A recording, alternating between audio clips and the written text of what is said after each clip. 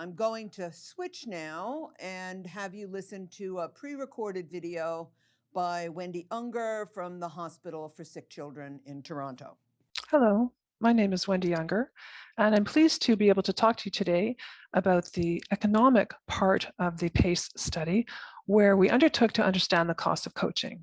I'm based in Toronto at the Hospital for Sick Children, also known as Sick Kids. But in order to undertake this study, I collaborated very closely with my partners at UBC, Pat Miranda and Karen Kalinchuk. So here's my team at Sick Kids, that's me in the middle. And on the right is Kate, my research manager, and on the left is Jatheshani, my research coordinator. I want to start by acknowledging the land on which Sick Kids operates. For thousands of years, it's been the traditional land of the Huron-Wendat and Petun First Nations, the Seneca, and most recently the Mississaugas of the Credit River. Today, Toronto is home to Indigenous peoples from across Turtle Island. Sick Kids is committed to working towards new relationships that include First Nations, Inuit, and Métis peoples, and is grateful for the opportunity to share this land in caring for children and their families. So why did we undertake this research? Why did we want to understand costs? Well, clearly we're aware that there's a growing interest in coaching interventions and understanding their benefits for children and families, but no one really yet has a good understanding of what this type of intervention costs. We also know that very young children who are just starting to show some symptoms of autism or perhaps a developmental delay are of concern to their parents, and families start to seek out all kinds of services within the community in order to provide some help for their children. We wanted to understand what these services were and who pays for them. Are they covered, for example, by the MCFD, the Ministry of Child and Family Development, or by the Ministry of Health? Are parents paying for them out of pocket or perhaps with private insurance? We also wanted to understand the amount of time that parents lose from paid work, from employment, or even from usual activities, such as caring for other children or other types of activities, in order to attend to this child who needs their help, as well as to provide coaching to that child. Finally, we wanted to put all this information together into an evidence package to provide decision makers and policymakers, stakeholders in the community, and families themselves with a better understanding of the cost of this type of intervention, the cost of services, as well as the implications for moving this type of program forward. All right, so what kinds of research questions did we specifically want to address? I wanted to first say that in order to do our research, we took advantage of the randomized controlled trial that you've already heard a little bit about. This was a fantastic opportunity for us to add a couple of questionnaires in order to collect the information we needed in order to do all of this work. So with regard to training, clearly we wanted to understand what are the costs to train individuals, to train coaches to deliver the intervention to parents. What does it actually cost to provide that coaching to parents? What kind of time investment is there? What kinds of services are families seeking out? And again, using the design of the RCT, we also could understand the differences in the types of services and the number of services that parents who are receiving coaching use compared to a usual care group, so the assessment and monitor group, the A&M group. Similarly, we could look at the difference in time invested by the families receiving coaching compared to the usual care families with regard to services that they might seek out for their children. Finally, we can look at what are the costs? What are the costs in families who receive the intervention compared to those who don't, and provide that information to policymakers and stakeholders.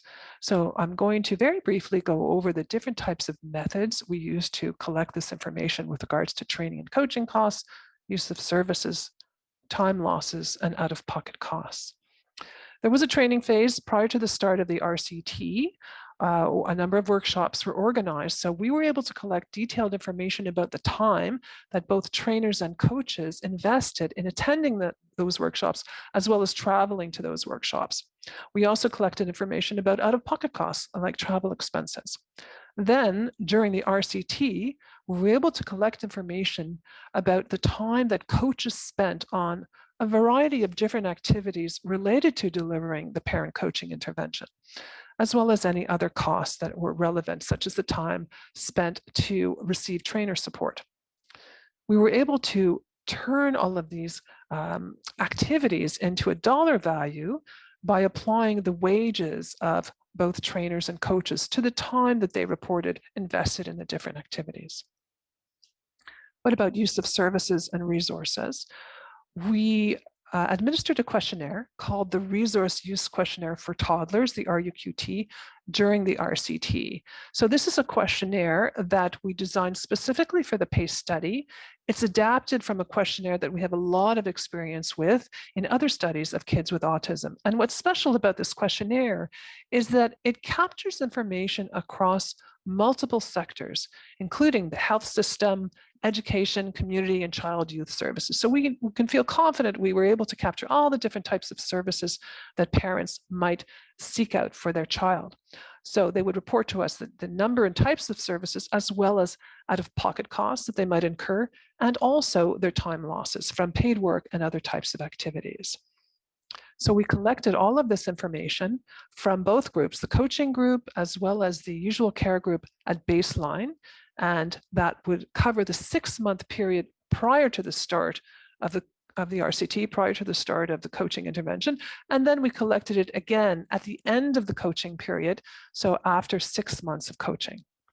We were able to assign dollar values to all the different services and resources that parents reported using by using publicly available sources such as public fee schedules. For time losses that parents reported, we used average statistical wages that matched the parent's age and sex that we were able to obtain from Stats Canada. All right, so what did we find?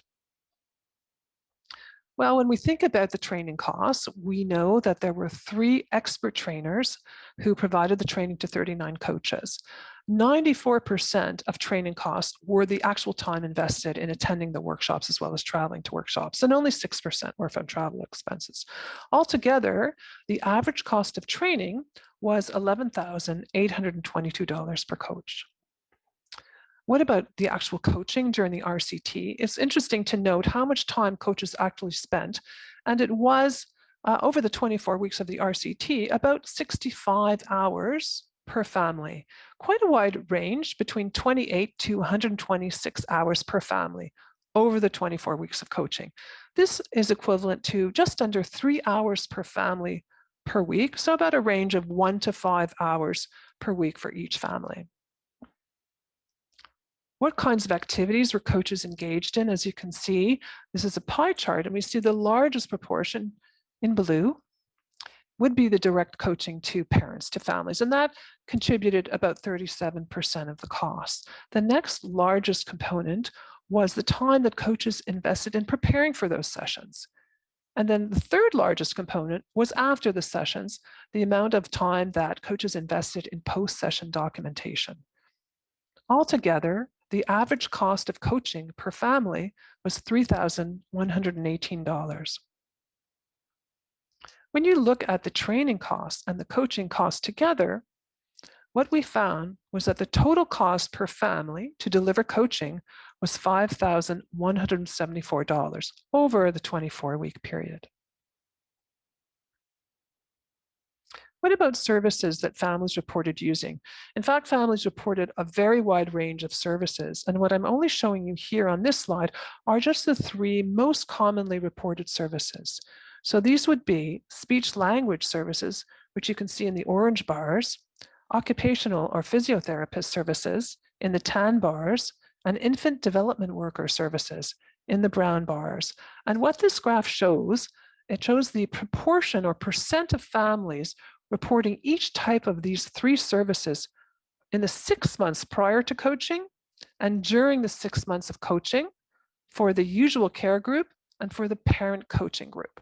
So prior to coaching, you expect the proportions to be fairly similar between the 2 groups, and they're not all that different, although parents who were receiving coaching did report a bit more use of speech and language services and a bit less of the infant development worker services. During the 6 months of coaching, however, children are getting a little bit older, and in the usual care group, we found that parents were seeking out more speech and language services, as well as more occupational therapist services, but their use of infant development worker services was going down. In the group of the parent coaching group, There was no use of speech and language services during coaching. And this, I should say, is because the study disallowed it. But they also reduced their use on their own of infant development worker services. The coaches, the families that were receiving coaching also reduced their use of other services that I'm not showing you here. So altogether, when we think about the costs of these services, the average cost per family to the public sector, to the Ministry of Child and Family Development, was about $199 in the coaching group compared to $923 in the usual care group. In other words, there was a savings to the MCFD of about $724 per family over that 6-month period.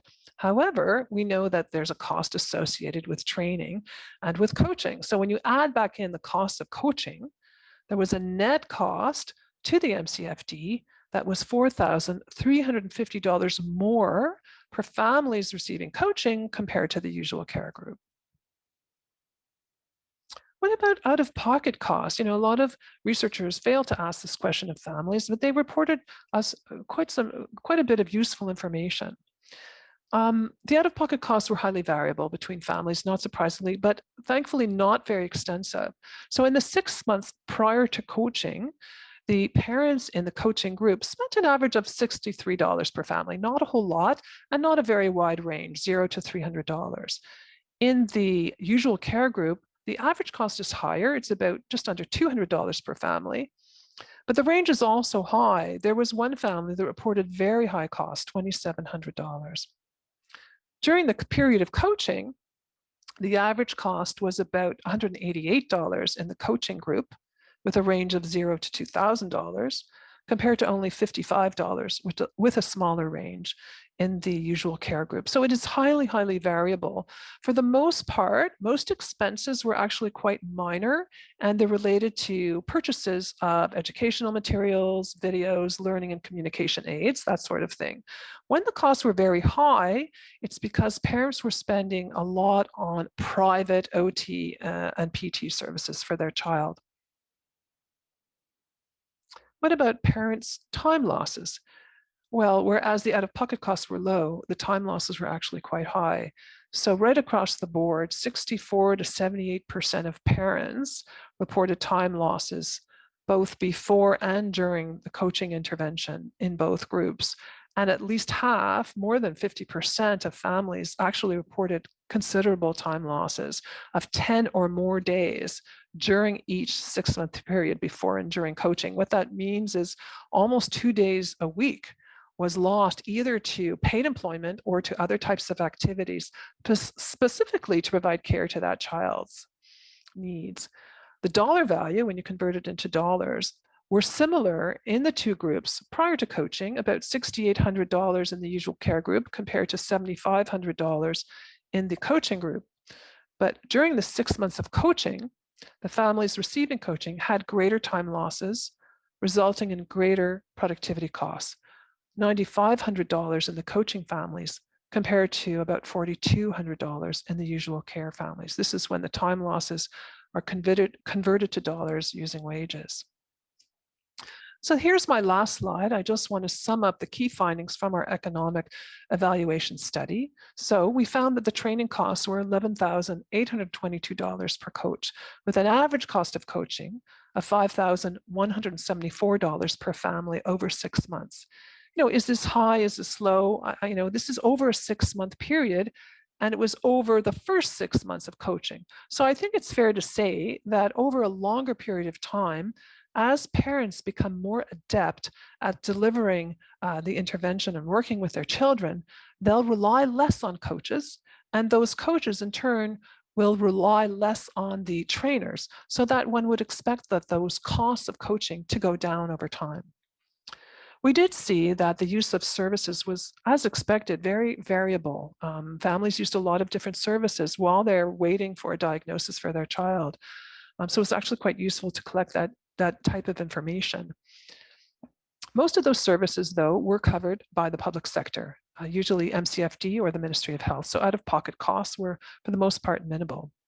However, parents did report considerable time losses, substantial time losses. And of course, they were greater in the coaching group because parents are investing that coaching time into providing care for their children. Finally, in terms of informing policy, the net cost to the MCFD to deliver this type of intervention over a 6-month period would be $4,350 more in a coaching group compared to a usual care group. Again, is this a lot? Is this a little? I mean, it's certainly considerably less than an intensive early behavioral intervention program that older children might receive as preschoolers. And what we also don't know is if this investment in very early coaching might in fact reduce the cost of early intensive behavioral intervention or even reduce the need for it. We also don't know if this investment in early coaching might actually result in better outcomes of these children in the long run. So these are all really critical questions to address in the future with additional research. So thank you for your time. That's the end of my presentation, and I'm going to turn it back to the moderator, who will now think about how we might use this information in implementation. Thank you. Thank you, Wendy.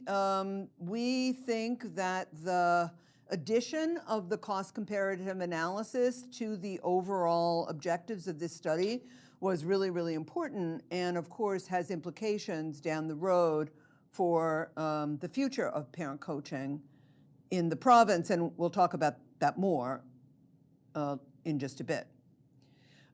So now I want to turn it over to another one of our co-investigators, Dr. Veronica Smith from the University of Alberta.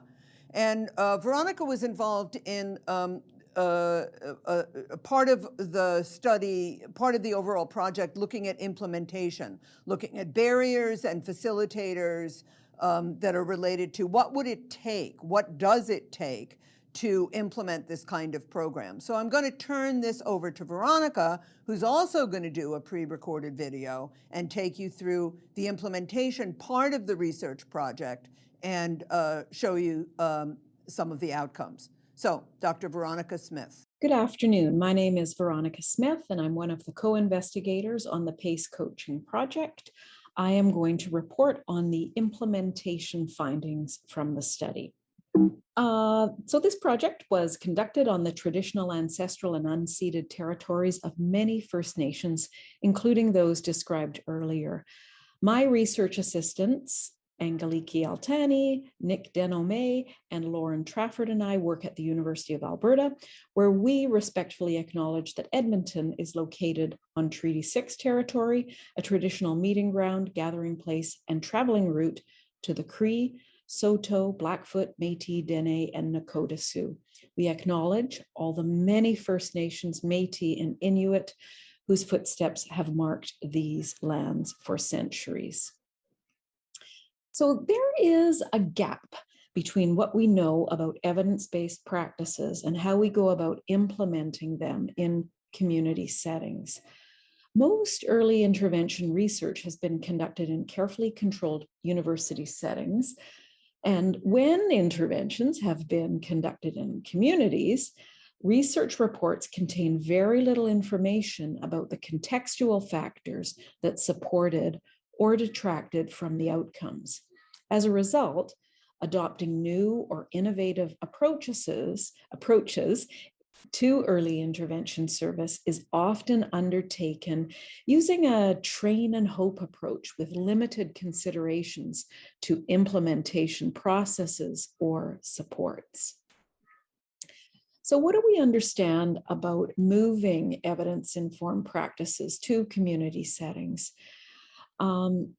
For new programs to be adopted, we know that the practice must be usable.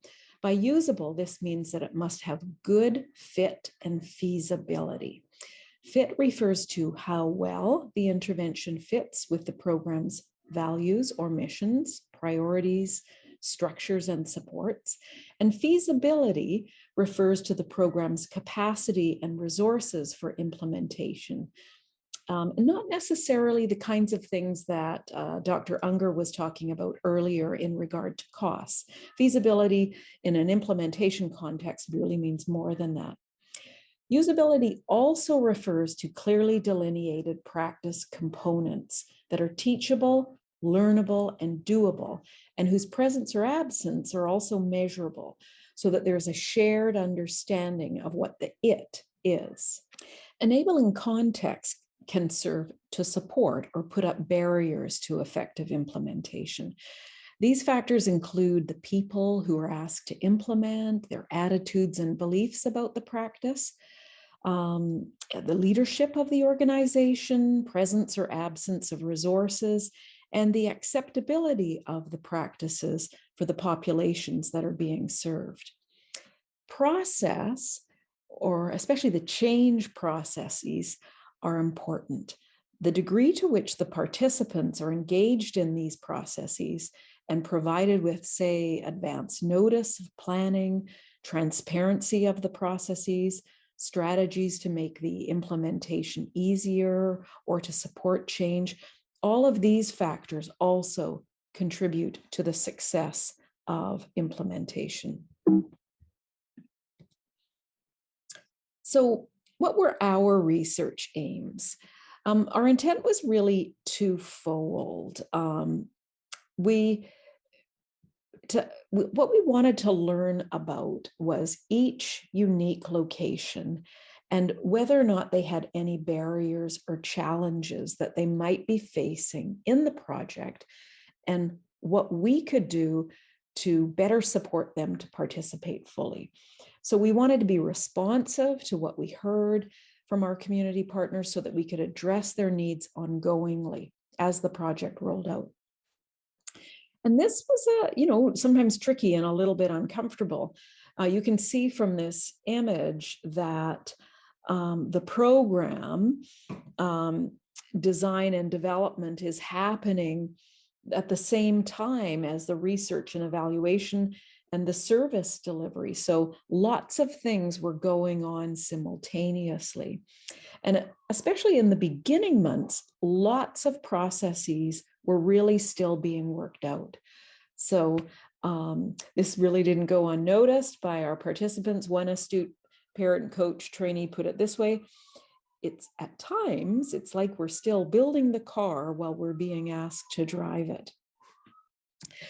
Our second aim was to describe the conditions and context that might support future implementation of the PACE coaching program in BC, and we hope contribute to emerging research on how to move effective interventions to practice settings. So in previous presentations today, you've heard about how the project rolled out. From an implementation point of view, we can also describe this as a staged delivery. 4 stages: exploration, where we met with our community partners. We did this in the summer of 2017. And next, preparation, where we engaged in training, both of the parent coaches and the Qs who were going to identify and recruit participants. And then the third stage, the implementation stage, where the parent coaching was implemented with families. It's important to note that all 4 stages of implementation are key to achieving high quality programs. And this process takes usually about 2 to 4 years. And I'm just going to be reporting on 3 stages. PACE was conducted in just under 2.5 years, so full implementation to sustainability was not possible. So we collected implementation data at these 3 time points. We met with our community partners, sometimes collected surveys digitally, or met with them in person or over the phone to interview and conduct focus groups to understand how things were rolling out.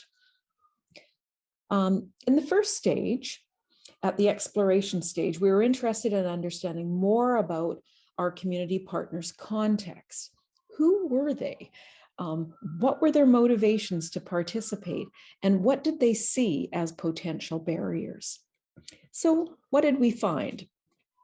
In regard to the practices that we were intending to use, there was really high motivation to participate, both with the specialized ESDM practices and the coaching skills. They were seen as value added and a good fit with family-centered practices used in the CDCs. On the other hand, there were concerns about whether or not the coaching model might be a good fit for all families. And many concerns expressed about attracting families with very young children at risk for autism to participate in the study. So if we consider the enabling context, a survey that we gave at this time helped us understand that across all the agencies, areas of strength included strong organizational culture. People felt they were working in organizations that made a difference. They felt connected to the people that they worked with. And generally, there was really strong leadership. However, there were areas of challenge as well. Big caseload demands, inadequate staffing to already achieve the aims of the organization. And an interesting finding was our partners indicated that feedback related to the intervention practices that they were currently offering were quite limited. And I'm going to touch on this a little bit later. In regard to change processes, although we were still building the car, we did hear that our community partners were interested in being engaged in research and contributing to initiatives that could change early intervention policies in the province. One of the processes that we knew we were going to use to train the coaches and collect study data involved the use of technology. Participants let us know that their technology use was quite limited across all the centers. Most participants did use the internet, maybe a laptop or a desktop, but very few were using iPads, online conferencing, or even mobile telephones to deliver services. So how did we respond to what we found in that first exploration stage? We made several adaptations to mitigate some of the potential barriers. We organized the coach trainees into pods, and we wanted, in an attempt to kind of deepen communities of practice around coaching, we bolstered the funding to centers to offset some of the caseload constraints in a couple of different ways. We provided some center-based posters, advertisements to recruit, and we also tried to offset some admin costs and some funding for families to facilitate participation. We recognized that there would be a learning curve for the technology use, especially for the conferencing system we wanted to use. So we allocated dedicated a research assistant for the first year of the project. And regular communications were made possible with a project newsletter, Keeping the Pace, which we continued throughout all years of the project. So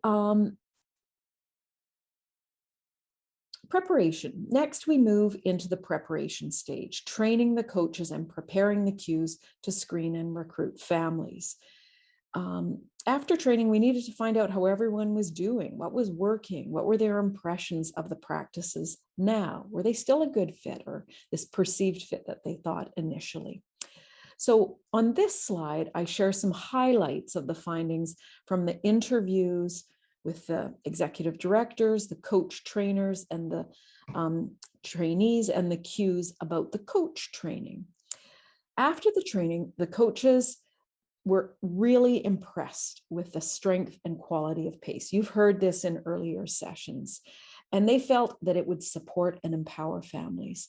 It was seen as a game changer for some, changing how practice could occur with not just kids with autism, but with all families. In general, the approach was a value fit. In contrast, there were still some feasibility concerns. The program was experienced as quite complex, and coaches felt that in order for them to be really nimble with the skills, they'd benefit from a lot more practice. And the coach trainers echoed this concern. They knew that their coaches needed more mentoring and more practice to use the skills with a range of families.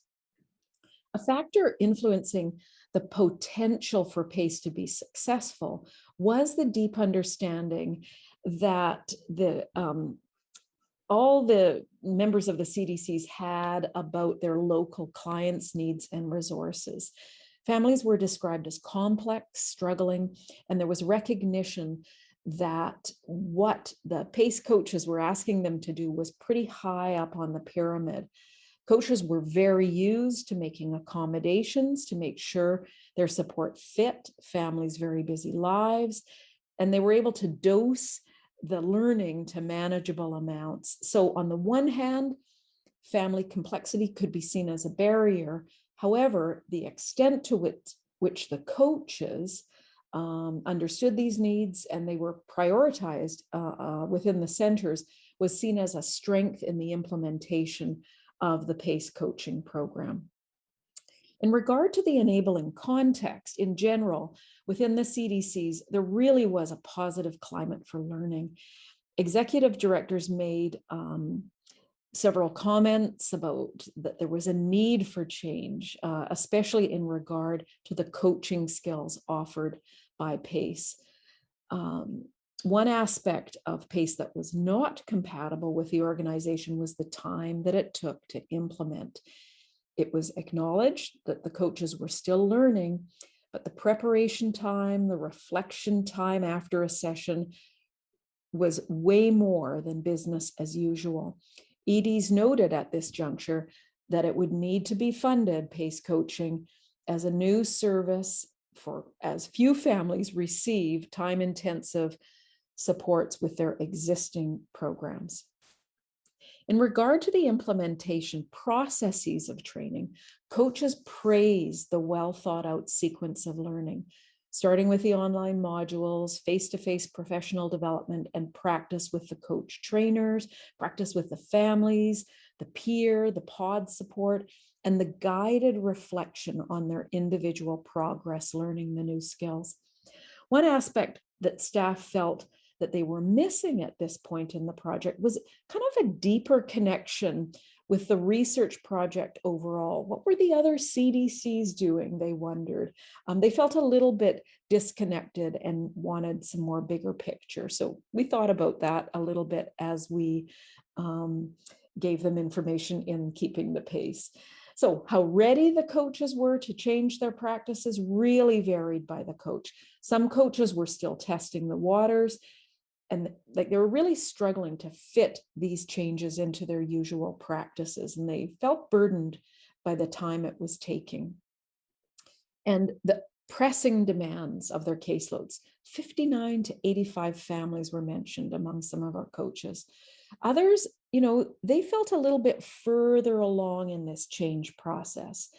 They could see the light on the horizon.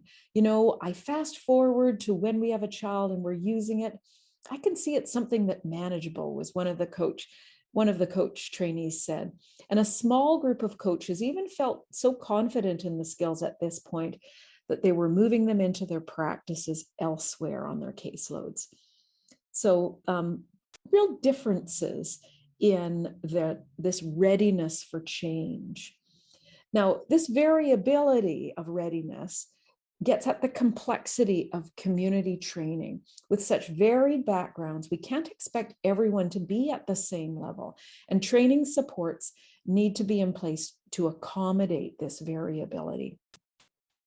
Denise Watson, who's the program coordinator at the Queen Alexandra Centre in Victoria, provides her impressions about aspects of the training process that really supported implementation of the PACE coaching skills. Well, I think one of the strongest features of the PACE project was the training for our coaches, our therapists, to be able to get feedback on their opportunities to share with families, to be able to get that kind of immediate feedback and advice on how they could improve, where they really excelled.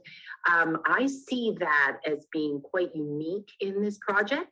Many therapists over the years will take training, and you'll come away from training and you'll think, oh, that was so great, and I'd like to try that.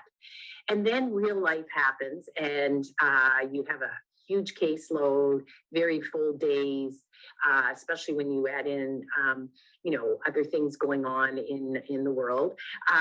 And so it's hard sometimes to bring that training to life.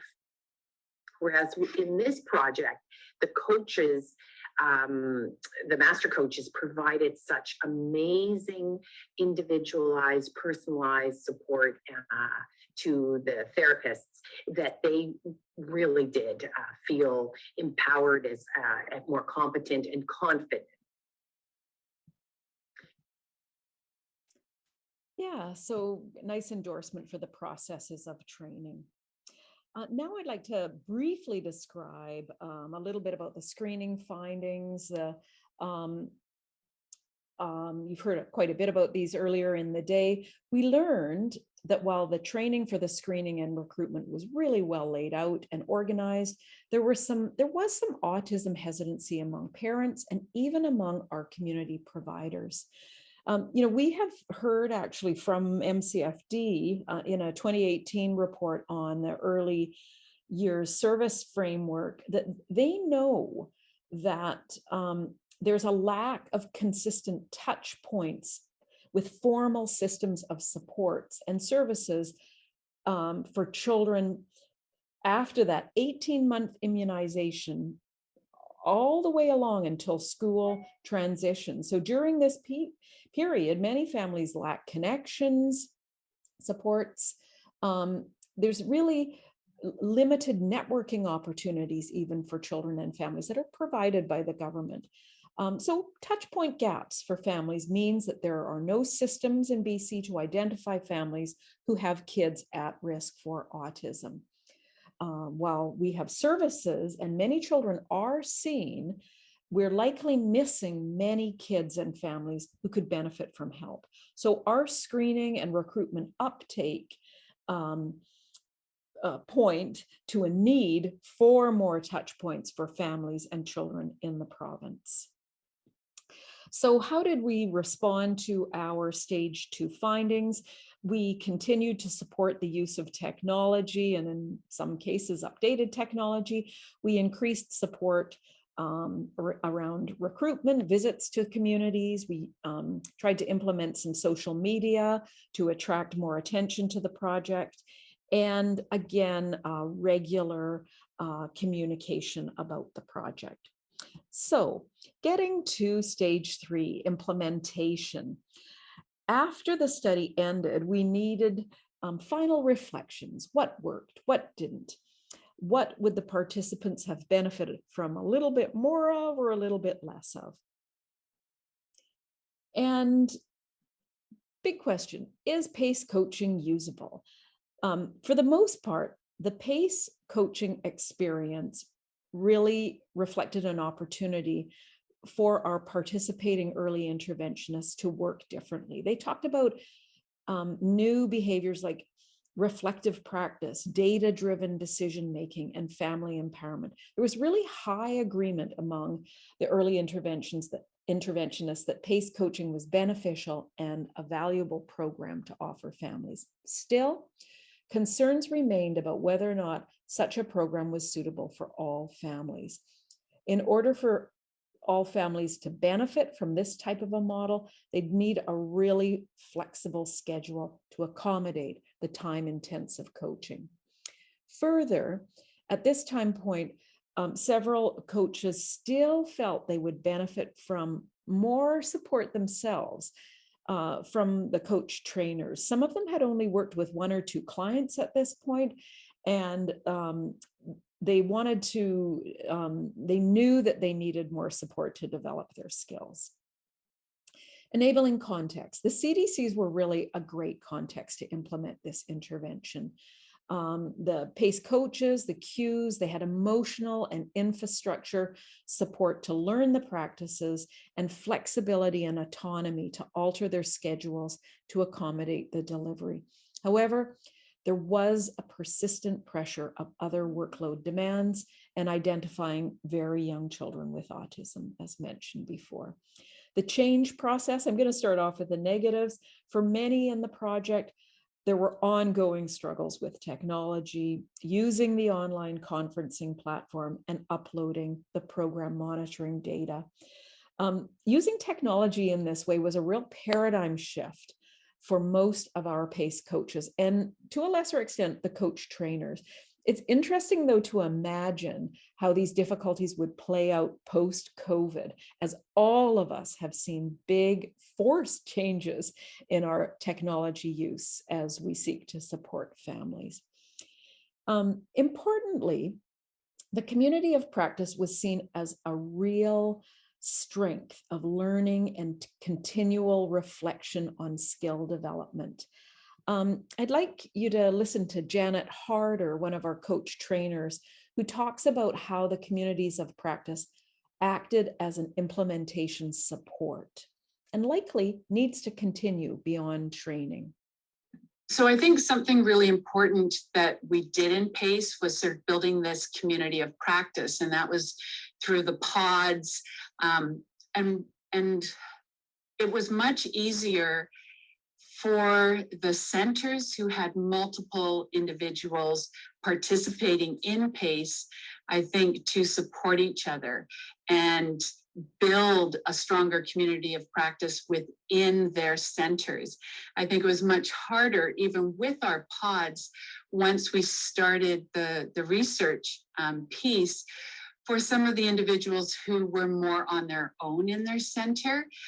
They still had us, but I think it really is important when we're looking at how to move forward and build strong skills. It really is critical that we have colleagues to support each other and build this community of practice where we can continue to hone skills and support each other with maybe situations that are more complex with some of the families we work with.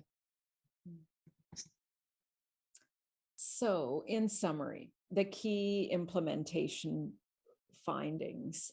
PACE coaching felt like a good value fit for our early interventionists. So they reflected back that this is potentially a very usable intervention. The training model was comprehensive and transformative for most of our participating centers.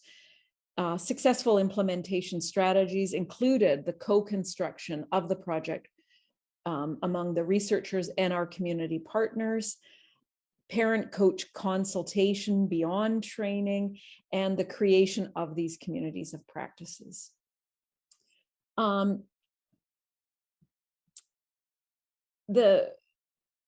Recognizing the importance of enabling the context, though, moving forward, the work that needs to be done in order for this to move into a sustainment.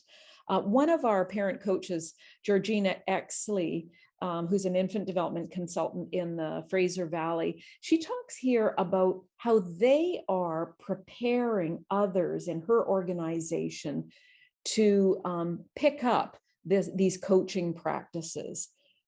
So just have a listen to what she has to say here. We have actually a structure that it's called the Enhancing Practice Committee. We have sort of a structure on how to prepare for training and sort of even some thoughts before you start training around do you want the training? What do you already know? What do you want to get out of it? And then what are you going to do when you're done? You've done the training. How are you going to work it through and practice? And because the goal is to embed it. It's not just to learn about it, it's actually to practice it. So what you hear in Georgina, that excerpt from Georgina, is that preparation. It's going to support implementation change and scale up efforts in her organization. She understands that training alone will not sustain the change. Other implementation supports are necessary to increase the uptake of the practices and to enable the context to support the change. This project, was really led, although implemented in the community, it was really led by a research team. My colleagues, Pat Miranda, Paula Colazzo, and Karen Kalinchuk worked tirelessly to support the implementation efforts throughout. Without this centralized communication hub, there is a need to establish implementation leadership teams in centers, and particularly among our Aboriginal early interventionists. Other contextual support, such as linking communities of practice across centers, will support the change effort, but importantly, establishing policy and program funding for such initiatives will also support the implementation of these innovative practices.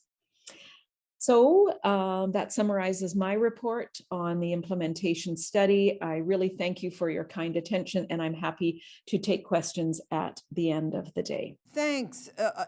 I would be terribly remiss if I didn't extend a huge thanks to both Wendy and Veronica for the incredibly important work that they undertook as part of this project, examining costs and other factors related to future implementation. It's really important to emphasize that the only reason they're not in the room with Paula and I is because of COVID restrictions, and not at all because their work is less important than the work related to coach training or to parent-child connections or the RCT.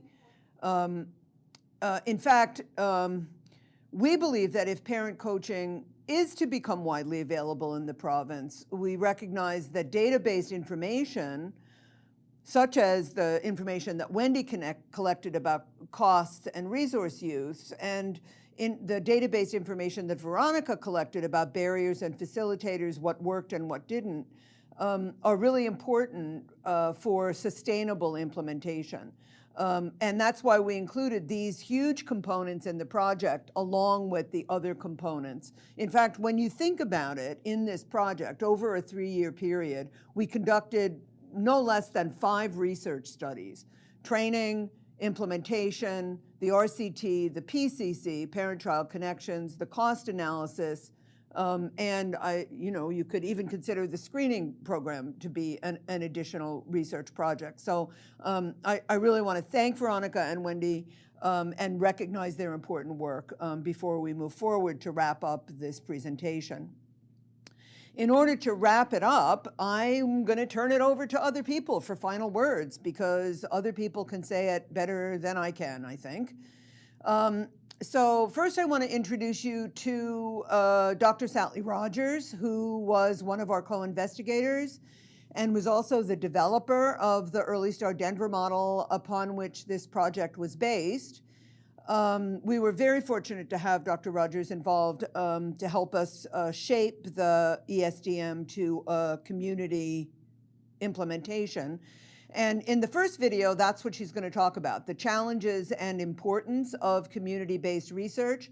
And then in the second video, she's going to reflect and comment on the outcomes of the PACE coaching project. Dr. Sally Rogers.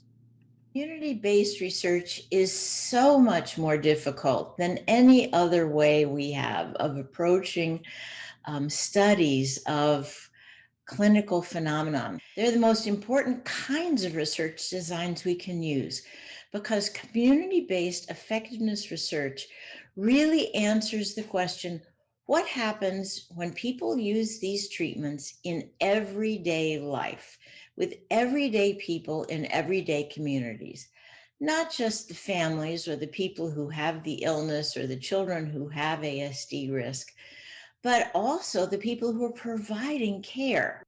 To me, this is the most important community effectiveness study that has yet been carried out on interventions for young children with autism. It's the most important because you have the least control over the most variables of any study I can think of. And yet you find effects. You find effects in families and the way that they respond, not just in the way they feel about the intervention, but also about the impact on their quality of life. And these are families from many different ethnic groups, many different socioeconomic groups, spread out over urban and rural communities. So that by itself says that your ability to allow the community people, which you designed it to do, to tailor the intervention to the people they live with and work with in their communities, that worked. You've already heard from Veronica and from Wendy about the importance of leadership and funding as related to this project. And I want you to hear from two individuals who reiterate that message. The first is Dr. Isabelle Smith from Dalhousie University and the IWK Health Center in Halifax, who was on the advisory committee and herself has conducted community-based early intervention research in autism. So she knows very well what the challenges are here. So you'll hear from her first, and then we'll also hear from Tana Milner, the executive director at the Fort St. John CDC, as she reflects on the importance of acknowledging the ongoing costs of training and implementation. Dr. Isabelle Smith. One of the things that is most striking, I think, is that this project was done with the support of the BC government and well funded by a government organization. So often we see, small projects that don't really follow through or don't really have the quality of evaluation that this project did. So really kudos to those in government who recognize the importance of having data on such an important project with such an important outcome for children and families.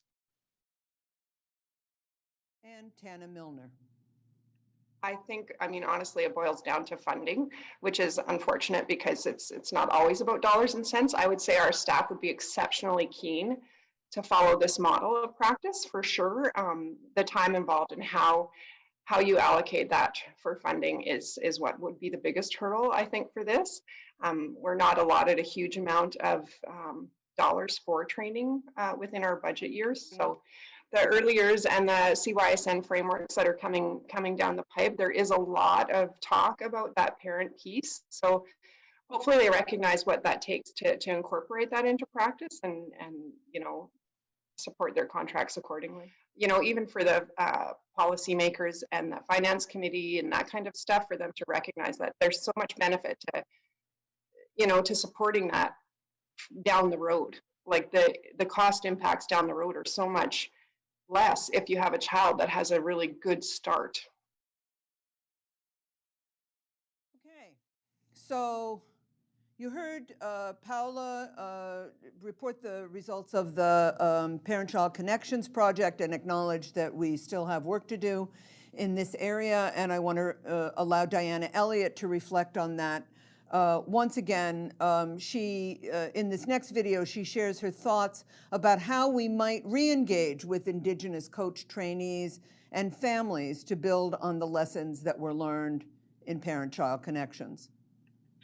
Maybe in the future having something specific for the Indigenous participants in some kind of a cohort, so they can maybe problem solve and debrief together and solve their own problems in being Indigenous or working with Indigenous children and families, and then bringing it back to the larger cohort for everyone to learn. So important words to keep in mind. We hope to be able to re-engage with this community in the future. And finally, I want to end with 3 clips talking about parent empowerment. We think it's important to reiterate the impact of coaching on parent empowerment, and we're going to do that through the words of one of our coaches, Karen Hanford, and then we think it's appropriate to give Tawny and Coral, 2 of our parent coaching parents, the final word on this, and I will play those 3 clips and then come back and do a whole bunch of thank yous. So, Karen Hanford on parent empowerment. It was really valuable for parents to be implementing the new topics or the ideas that we'd worked on in their own home and daily routines, so that, because a lot of other therapy models and particularly some of the when we close children to our file if a child receives an autism diagnosis and then they go on to do autism services, is that that is often seen as a separate way to work, so that for our coaching model, they were using their materials, their home routines, their kinds of foods for snack times. Whereas sometimes in other models, the materials being used in sessions are, like one parent said, literally locked in a box when the interventionist isn't there. So they don't get to practice, and they're not really given the skills to practice all the things that they're learning. And so that I'd say that is one thing, is I've heard, compared to other types of autism therapy or autism intervention, the parents felt empowered because they're the ones creating the changes, monitoring the changes, adjusting them within their own routines, with their own materials. They're going to the parks by their houses and seeing their child's progress in interacting with neighborhood kids, that kind of thing. So I certainly have heard comments about that. And I've heard of parents, when they've gone on, also going to other autism service providers and other providers, being much more comfortable saying, hang on, I want to know why you're doing this activity, how it relates to our lives, what we should be doing at home. And so I think parents have reported feeling really empowered to ask those questions and expecting to be included in the program and the carry through. And here's Tawny. To me, it's like knowledge is power, and to be able to have somebody walk you through the best approach and how to parent, because I mean, this is all new. We're navigating something that most people, if they're just new to finding out, I mean, it's scary, it's intimidating. So to have somebody like a professional be able to kind of walk you through, it made it so much better for our relationship individually with him and as a family together. It really opened a lot of doors for us, and I was so grateful to be a part of it.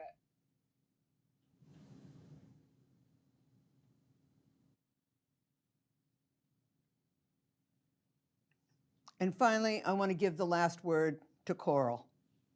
I think it's definitely given me the confidence to say, you know, like this way we're working on something right now isn't working for him. That's not working. I can see that he's avoiding this activity. He's trying to get away from the session. So that's the opposite of what we want him to be doing. So let's either find another way, or maybe we're just not even going to work on this because it's not working.